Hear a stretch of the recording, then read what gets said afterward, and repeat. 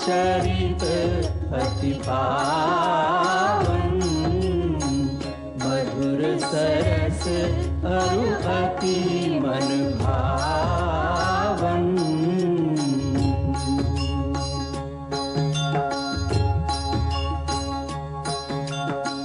पुनि पुनि कितने हो सुने सुनाए, ये की प्यास बुझत न बुझाए।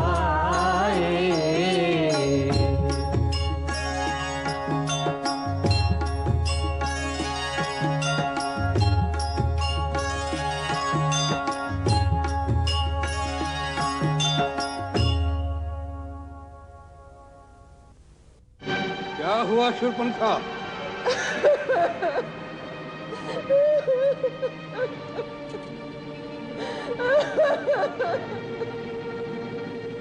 ये कैसी गति बना रखी है?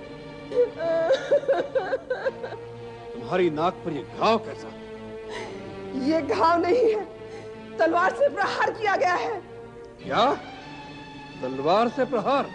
हाँ भैया, ये शूर्पणखा की नाक नहीं कटी है, ये लंकेश्वर महाराजा रावण की नाक काटी गई है।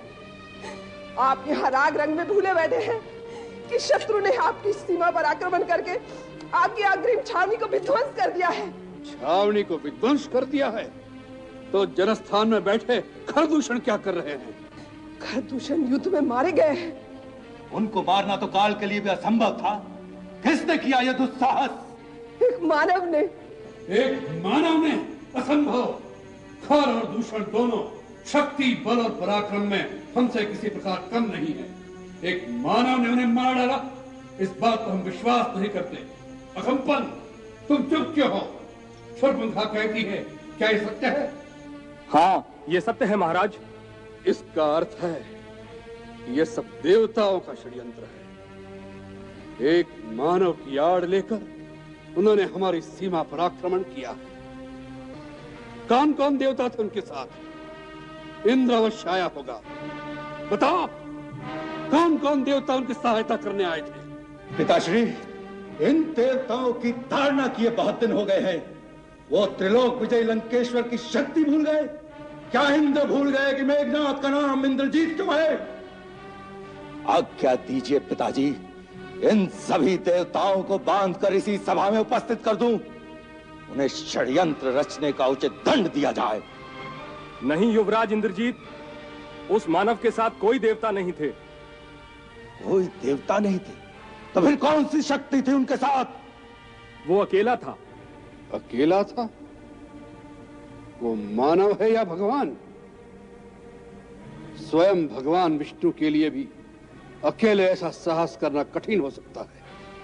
हाँ भैया, वो है तो मानव ही, लेकिन कोई अलौकिक मानव दिखता है। उसका छोटा भाई भी साथ है। दोनों के रूप में ऐसी मोहनी है कि एक बार देख लो तो दृष्टि हटाने को जी नहीं चाहता। उनके साथ एक स्त्री भी है जिसके रूप को एक बार देख लो तो कामदेव भी मोहित हो जाए। कोई देवांगना, अप्सरा, गंधर्व, किन्नर अथवा नाग कन्या भी उसकी सुंदरता को जीत नहीं सकती। शूर्पणखा, तुम मुझे इस समय उनके और उनकी स्त्री के रूप की मोहिनी की अनर्गल बातें न सुनाओ। मुझे उस मानव की शक्ति और बल पर विचार करने दो। मुझे सोचने दो कि किस कारण उसने रावण की शक्ति को ललकारने का साहस किया है। इसके पीछे क्या भेद है? वही तो मैं कह रही हूं। उसका भेद केवल इतना ही है कि जब मैंने उस स्त्री को देखा तो मैंने सोचा, जिस प्रकार संसार की हर उत्तम वस्तु महाराजा रावण के पास है, उसी प्रकार इस नारी को भी लंकेश्वर के राजमहल की शोभा होना चाहिए। यह सोचकर ही मैं उस नारी को आपके लिए उठाने गई कि दोनों भाइयों ने मुझ पर आक्रमण करके मेरी यह दुर्दशा कर दी। जब मैंने कहा कि मैं लंकापति रावण की बहन हूं, मेरी हंसी उड़ाई गई।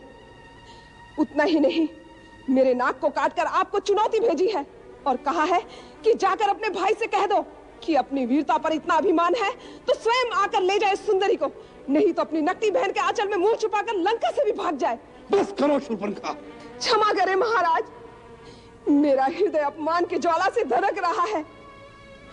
उन्होंने आपकी बहन के नाक काटकर असुरों को एक तरह से चुनौती भेजी है, आपकी वीरता को ललकारा है। अगर आप में आत्मसम्मान की भावना है तो आज ही उस स्त्री को छीन कर उनसे ले आइए और उन दोनों मानवों को मेरे हवाले कर दीजिए, ताकि मैं उन दोनों को अपनी इच्छा अनुसार दंड दूं। तभी मेरे इस सम्मान का बदला पूरा होगा।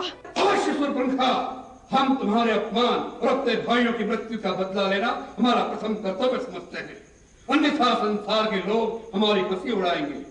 अकंपन, कौन है वो मानव जिन्होंने अपनी मृत्यु का आवाहन किया है, हमारे भयंकर जनस्थान का विनाश किया है? हमारा अपराध करके इंद्र, कुबेर, यम और स्वयं विष्णु भी चैन से नहीं रह सकते। जो रावण काल का भी काल है, अग्नि को भी भस्म कर सकता है, मौत को भी मार डालने की शक्ति रखता है, उसके रास्ते में आने का साहस किसने किया और क्यों किया? महाबली लंकेश्वर, वो कौशल देश के राजा दशरथ के पुत्र हैं, राम और लक्ष्मण। वे बड़े ही यशस्वी और तेजस्वी दिखाई देते हैं। उनके बल और पराक्रम की कोई तुलना नहीं है। सारे संसार के धनुर्धारियों में वो सर्वश्रेष्ठ माने जाते हैं। उन्हें दिव्य अस्त्रों के प्रयोग का भी पूर्ण ज्ञान है। ऐसा लगता है कि समस्त ऋषियों और समस्त देवताओं के द्वारा सिद्ध किए हुए दिव्यास्त्रों पर उनका पूर्ण अधिकार है। वो युद्ध कौशल में भी प्रवीण हैं। इसी कारण युद्ध के दौरान अकेले राम के ही हाथों परमवीर खर और दूषण वीर गति को प्राप्त हुए। उन्हें माया की विद्या भी पूरी तरह आती है। इसी कारण हमारे राक्षस सैनिक भय से व्याकुल होकर जिस जिस ओर भी जाते हैं, वहां वहां वो श्री राम को अपने सामने खड़ा हुआ पाते हैं। उनके मोहनी अस्त्रों की माया से हमारे राक्षस सैनिक एक दूसरे को राम समझकर आपस में ही लड़ लड़ कर मर गए। वो इतने वीर हैं तो उनकी वृत्ति धर्म विरुद्ध नहीं हो सकती। फिर उन्होंने बिना कारण हमारे जनस्थान पर आक्रमण करके उसका विनाश क्यों किया? महामना, उन्होंने आक्रमण नहीं किया। आक्रमण तो हमारी सेना ने उन पर किया था। हमारी सेना ने उन पर आक्रमण किया और हार गए, इसमें उनका कोई दोष नहीं। और इससे पहले उन्होंने हमारा कोई अपराध भी नहीं किया था। लगता है उन पर आक्रमण करना अनुचित था। विभीषण जी, आप इस बात पर भी ध्यान दें। पिछले कई वर्षों से इन दोनों राजकुमारों ने दंडकारण्य में ऋषियों और मुनियों की रक्षा का उत्तरदायित्व तो अपने ऊपर ले लिया था। इनका आश्चर्य पाकर ऋषि और मुनि वनों में निर्भय होकर विचरने लग गए हैं। उनकी करनी ऐसी जान पड़ती है जैसे ये पृथ्वी को राक्षसों से रहित कर देंगे। उन्होंने विराट जैसे बहुत से बलवान राक्षसों को भी मार डाला है, जो अपने आहार की खोज में तपोवन में जाकर ऋषियों मुनियों का भक्षण करके जीते थे। इस दोष के लिए वो अवश्य ही दंड के भागी हैं। खर दूषण ने उन पे आक्रमण करके उचित ही किया था। ये केवल आवेश की बात है युवराज इंद्रजीत। बुद्धि का तर्क इसके विपरीत होगा। सबसे पहली बात तो ये कि उन्होंने अपनी सीमा के अंदर अपनी प्रजा की रक्षा की थी, जिसका उन्हें पूर्ण अधिकार था। दूसरे, जिनके शौर्य का बखान हम पहले से सुनते आ रहे थे, उनके बलाबल की पूरी जांच किए बिना हमारे सेनापति खर और दूषण ने केवल एक स्त्री के भड़काने पर धावा बोलकर अपनी सेना का सारा नाश कर दिया। इससे बड़ी भूल और क्या हो सकती है? विभीषण भाई, तुम हाथों में चूड़ियां पहनकर बैठ जाओ और फिर तर्क करो। ऐसे किसी की बहन की ऐसी दुर्गति हो जाए और वो नीति और अनीति की बात सोचे, ऐसी संस्कृति किसी वीर जाति की कदाचित नहीं हो सकती। अंधी वीरता किसी काम की नहीं होती। अंत में नीति और धर्म की ही विजय होती है। विभीषण, वीर पुरुष अपनी आन और शान के साथ जीता है। वह तुम्हारी तरह इस भय से आशंकित नहीं रहता कि कहीं ऐसा ना हो जाए, वैसा ना हो जाए। हमारी राक्षस जाति सबसे उत्तम है। किसी मानव को उस उत्तम जाति पर हाथ उठाने का साहस हो, उससे पहले हम उसका हाथ काट देंगे। फिर उन्होंने तो हमारी बहन को अपमानित किया है। हम इसी समय उन पर आक्रमण करके बदला लेंगे और उनकी स्त्री को अपनी रानी बनाएंगे और उन दोनों वनवासियों की बोटी बोटी काटकर अपने राक्षसों में बांट देंगे। मेरी भूल क्षमा करें महाराज। मेरी सम्मति में आपका उन पर सीधा आक्रमण करना उचित नहीं होगा। दो मानवीय राजकुमारों से स्वयं लंकापति रावण का युद्ध करना उसकी मर्यादा के अनुकूल नहीं होगा महाराज। परंतु जब वो खर और दूषण जैसे पराक्रमियों का सेना सहित संहार कर सकते हैं, तो स्वयं रावण का जाना ही उचित होगा। महाराज, यदि आपने 2 मानवों को जीत भी लिया तो इसमें आपकी क्या शान होगी? और यदि उन्होंने खरदूषण की भांति आपको किसी प्रकार की क्षति पहुंचाई तो लंकेश्वर की कीर्ति को धब्बा लग जाएगा। मेरी माने तो आप छल से उसकी स्त्री को हर लें। राम अपनी स्त्री को अत्यधिक प्रेम करता है। उसके छिन जाने पर उसके शोक में वह स्वयं ही अधमरा हो जाएगा। फिर आपका कोई भी सेवक उसकी जीवन लीला को समाप्त कर सकता है। महाराज, सेनापति अकंपन की बात विचार करने योग्य है, परंतु यह नीति विरुद्ध है। कुछ नीति विरुद्ध नहीं है लंकेश्वर। उन उद्दंड वनवासियों ने आपकी बहन पर घात किया है, एक स्त्री पर शस्त्र प्रहार किया है। आप भी प्रतिघात कीजिए, उनकी स्त्री का मान मर्दन करके अपनी बहन का बदला लीजिए भैया। हाँ महाराज, जिस प्रकार नाक से मणि छिन जाने पर नाक तड़प तड़प कर मरता है, उसी प्रकार स्त्री के अपहरण हो जाने पर वह विरह से मरेगा, लाश से मरेगा, संताप से मरेगा। निश्चय यह सम्मति हमें विचार करने योग्य लगी है। छल से, बल से, कौशल से सीता को उससे जुदा कर दो भैया। उसका गर्भ भंग होगा, तभी मेरा कलेजा ठंडा होगा। होगा, यही होगा बहन, यही होगा। यदि उनसे युद्ध करना आपकी शान के विरुद्ध है तो क्या चोरी करके आपकी शान बढ़ जाएगी महाराज? लंकेश्वर, मेरे परम आदरणीय ज्येष्ठ भ्राता, आप परम ज्ञानी वेदवेत्ता हैं, परम तेजोमय तपस्वी हैं, पांडित्य की पराकाष्ठा हैं, परम उच्च ब्राह्मण कुल में जन्म लेकर भी पराक्रमी क्षत्रियों के समान शौर्य की कीर्ति स्थापित की है। क्षणिक कुमति में अपनी उज्जवल कीर्ति को कलंकित न कीजिए महाराज। आपने जो शक्ति पाई है वो धर्म जनित तपस्या से पाई है। अधर्म के मार्ग पर चलकर उसे क्षीण मत कीजिए। धर्म और अधर्म का विचार शक्तिहीन करते हैं विभीषण। शक्तिशाली जो करते हैं वही धर्म है। परंतु बस, इस समय हम कोई तर्क सुनना नहीं चाहते। आप लोगों ने जो कहा उस पर हम विचार करके स्वयं उचित निर्णय लेंगे।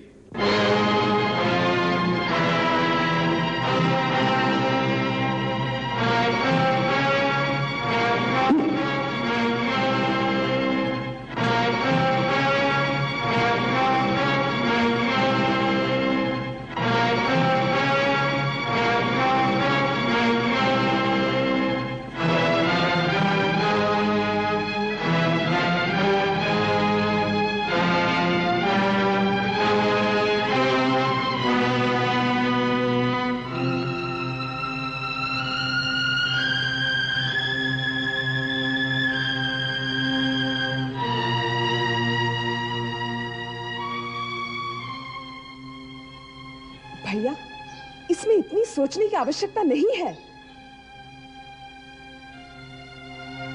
सीता आप ही के योग्य है।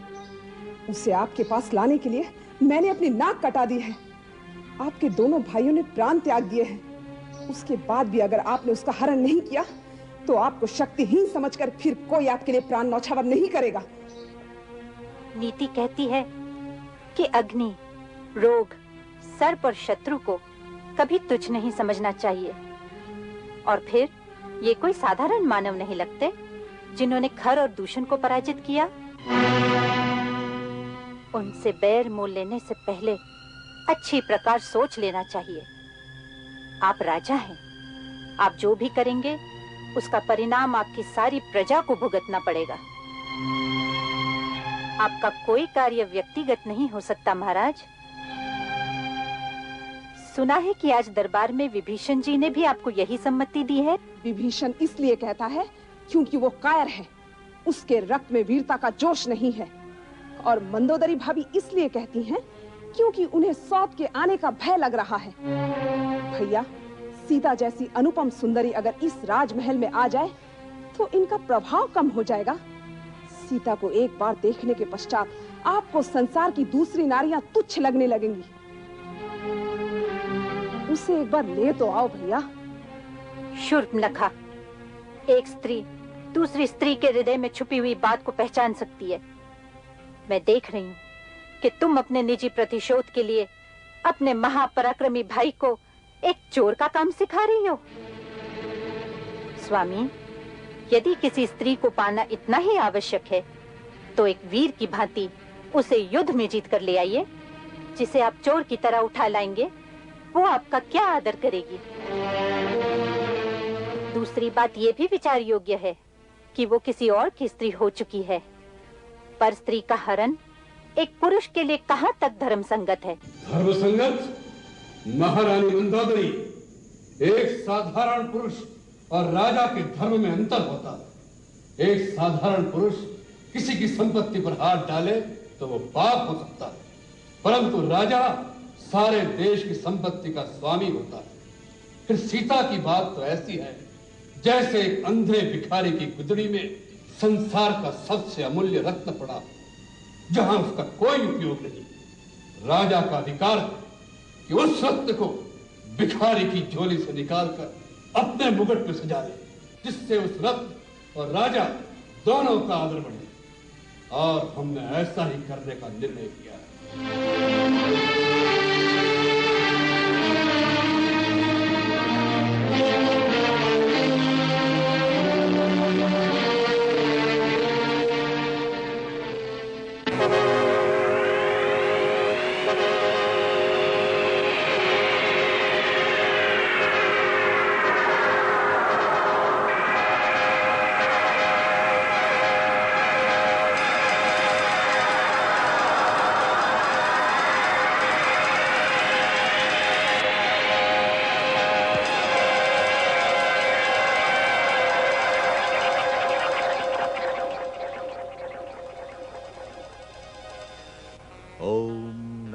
शिवाय, ओम नमः शिवाय, ओम नमः शिवाय, ओम नमः शिवाय, ओम नमः शिवाय। मारीच है महाराज? लंकेश्वर, आइए पधारिए महाराज, आपका स्वागत है।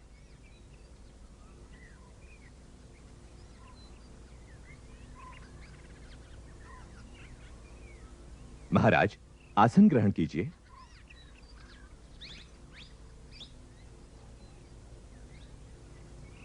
आपके इस प्रकार अकस्मात मारीच की कुटिया में आने से मन में शंका हो रही है। आपके राज्य में सब कुशल तो है ना लंकेश्वर? तात, हम तुमसे सहायता मांगने आए हैं। विकट समस्याओं का समाधान करने में तुम जैसा बुद्धिशाली और कोई नहीं है। तुम बड़ी बड़ी मायावी विद्याओं के ज्ञाता हो। तुम बल और छल दोनों के प्रयोग करने में कुशल हो। इसीलिए हमें तुम्हारे सहयोग की आवश्यकता पड़ी है।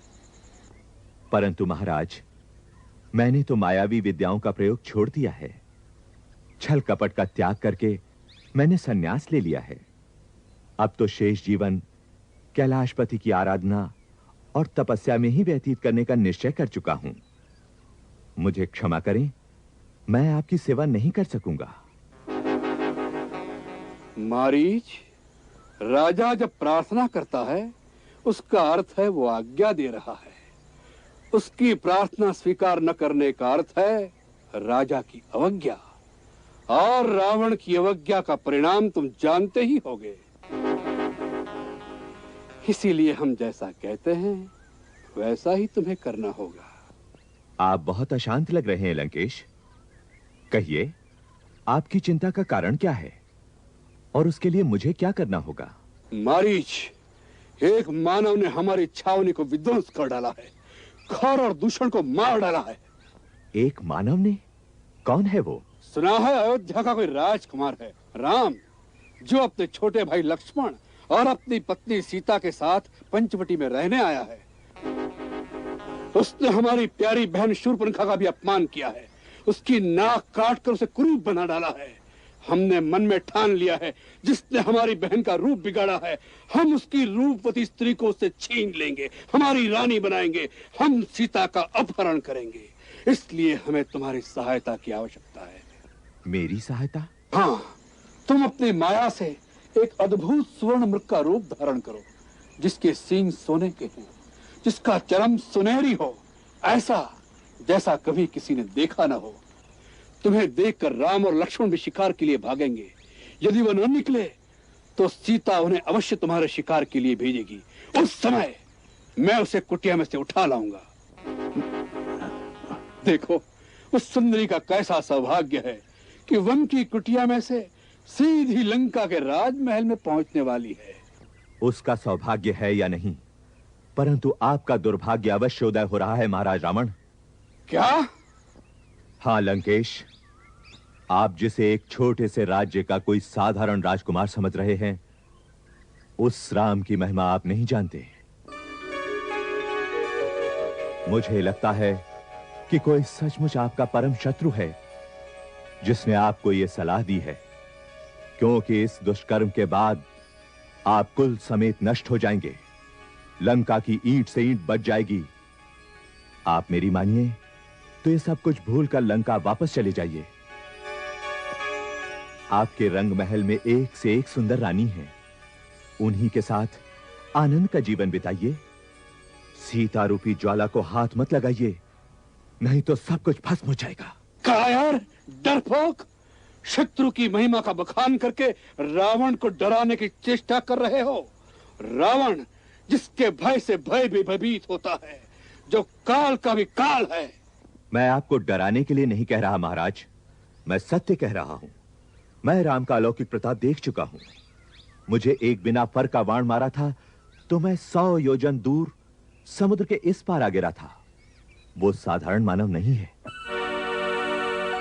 इतना तो सोचिए कि जिसने ताड़का और सुबाहु का वध किया, शिव के जिस धनुष को बड़े से बड़ा महाबली नहीं हिला सका था, उस धनुष को सहज ही में तोड़ डाला।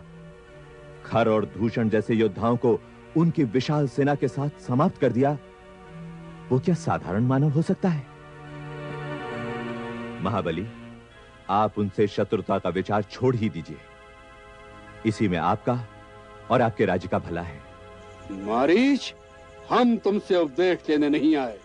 जिसने तुम्हारी माता का वध किया उसके लिए तुम प्रीति दिखा रहे हो। प्रीतिवश नहीं राजन, मैं विनाश के भय से ये सब कह रहा हूं। है? तुम किसे डराने की चेष्टा कर रहे हो?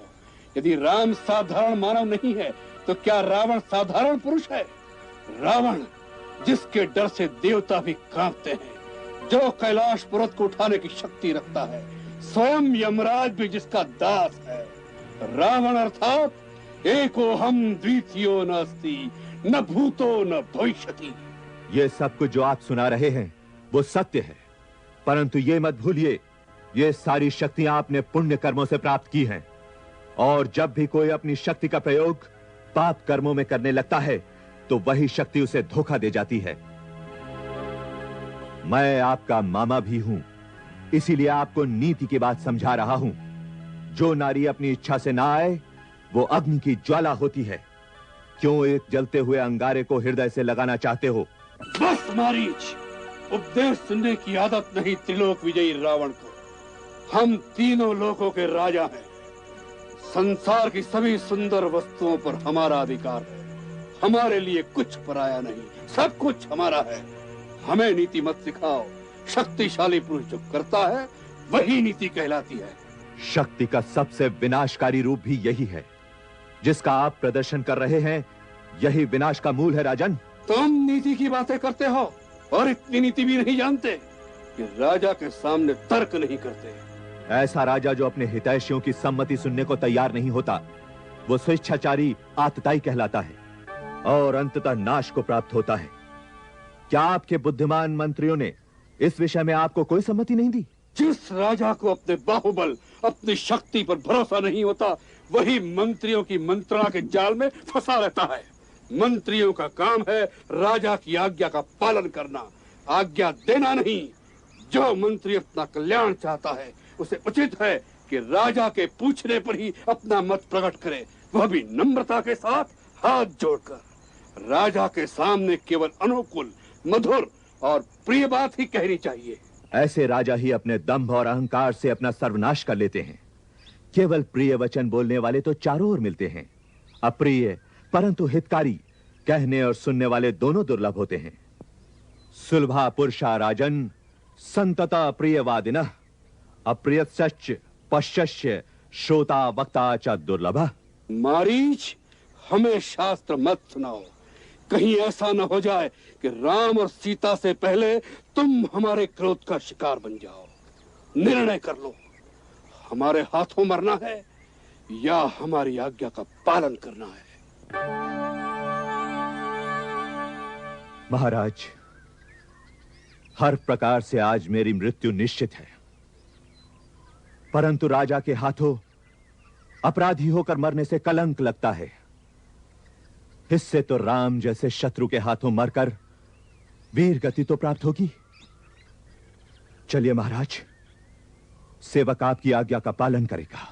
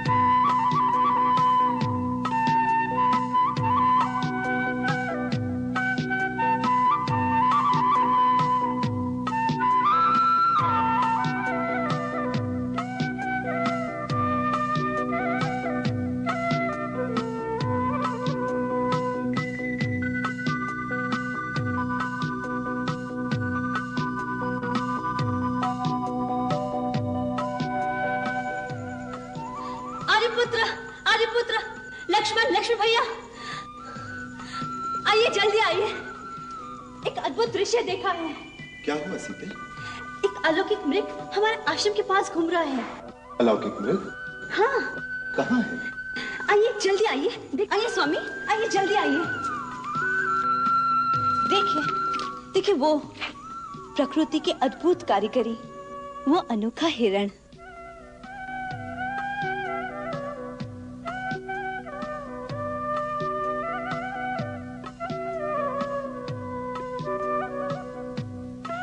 ऐसा विचित्र मृग कभी देखा है? इसके सींग देखिए, लगता है सोने के हैं। उसकी खाल भी सुनहरी है। सचमुच अद्भुत, विलक्षण। देखा लक्ष्मण? देख रहा हूं भैया। स्वामी, इसे किसी प्रकार पकड़ लीजिए ना। ओहो, कितना मनभावन मृग है। पकड़ ले। क्या करोगी कल्याणी? इसे अयोध्या ले जाएंगे। देखकर सब विस्मय से चकित रह जाएंगे।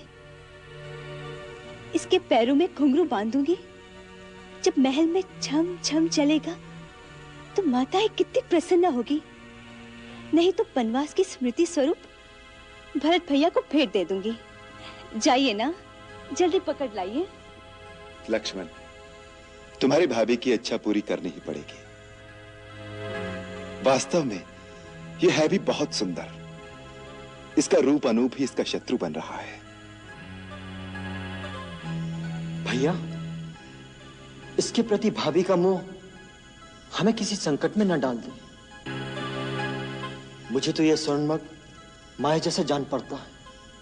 ये प्रकृति के विरुद्ध है, अप्राकृतिक है, असंभव है। इस सृष्टि में असंभव कुछ नहीं है लक्ष्मण। जो कुछ भी तुम कल्पना कर सकते हो वो इस ब्रह्मांड में कहीं ना कहीं खड़ा जा चुका है। ज्ञानी और विज्ञानी भी सृष्टि का सारा रहस्य नहीं जानते। इससे ये सृष्टि मिथ्या नहीं हो जाती। परंतु भैया, जो प्रकृति के विरुद्ध है। प्रकृति के विरुद्ध कुछ नहीं होता लक्ष्मण। भरद्वाज मुनि के घर में पुत्र रूप में स्वर्ण शरीर वाले 7 हंस पैदा नहीं हुए थे। इसी प्रकार सहस्त्र कोटि रूपों में जीव मिलते हैं लक्ष्मण। भगवान की माया के सामने ज्ञान विज्ञान का तर्क काम नहीं करता। भगवान की माया हो सकती है, परंतु ये तो मुझे कोई राक्षसी माया जान पड़ती है। याद है भैया, एक बार दंडक वन में कई राक्षस इसी तरह मृग बन के आए थे। ओहो, आप दोनों भाई इसी तरह तर्क करते रहेंगे तो इतने में हिरण भाग जाएगा। अब मेरी इतनी सी इच्छा पूरी नहीं कर सकते? लक्ष्मण, लगता है सीता मृग को पाए बिना मानेगी नहीं। मैं भी चाहता हूं।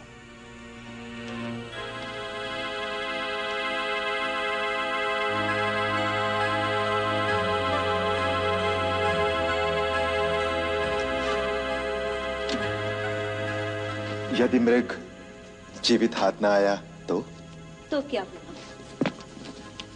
उसकी मृगचम कितनी सुंदर है, आपकी पूजा में आसन के काम आएगी।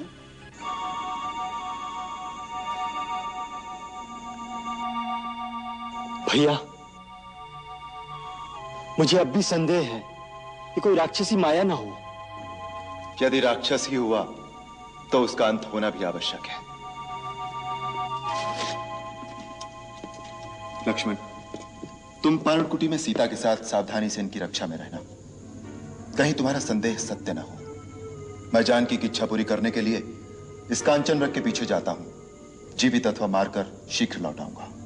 लेकिन सावधान लक्ष्मण, वन में कई राक्षस घूमते रहते हैं, इसलिए किसी भी स्थिति में सीता को अकेली मत छोड़ना। जो आज्ञा भैया।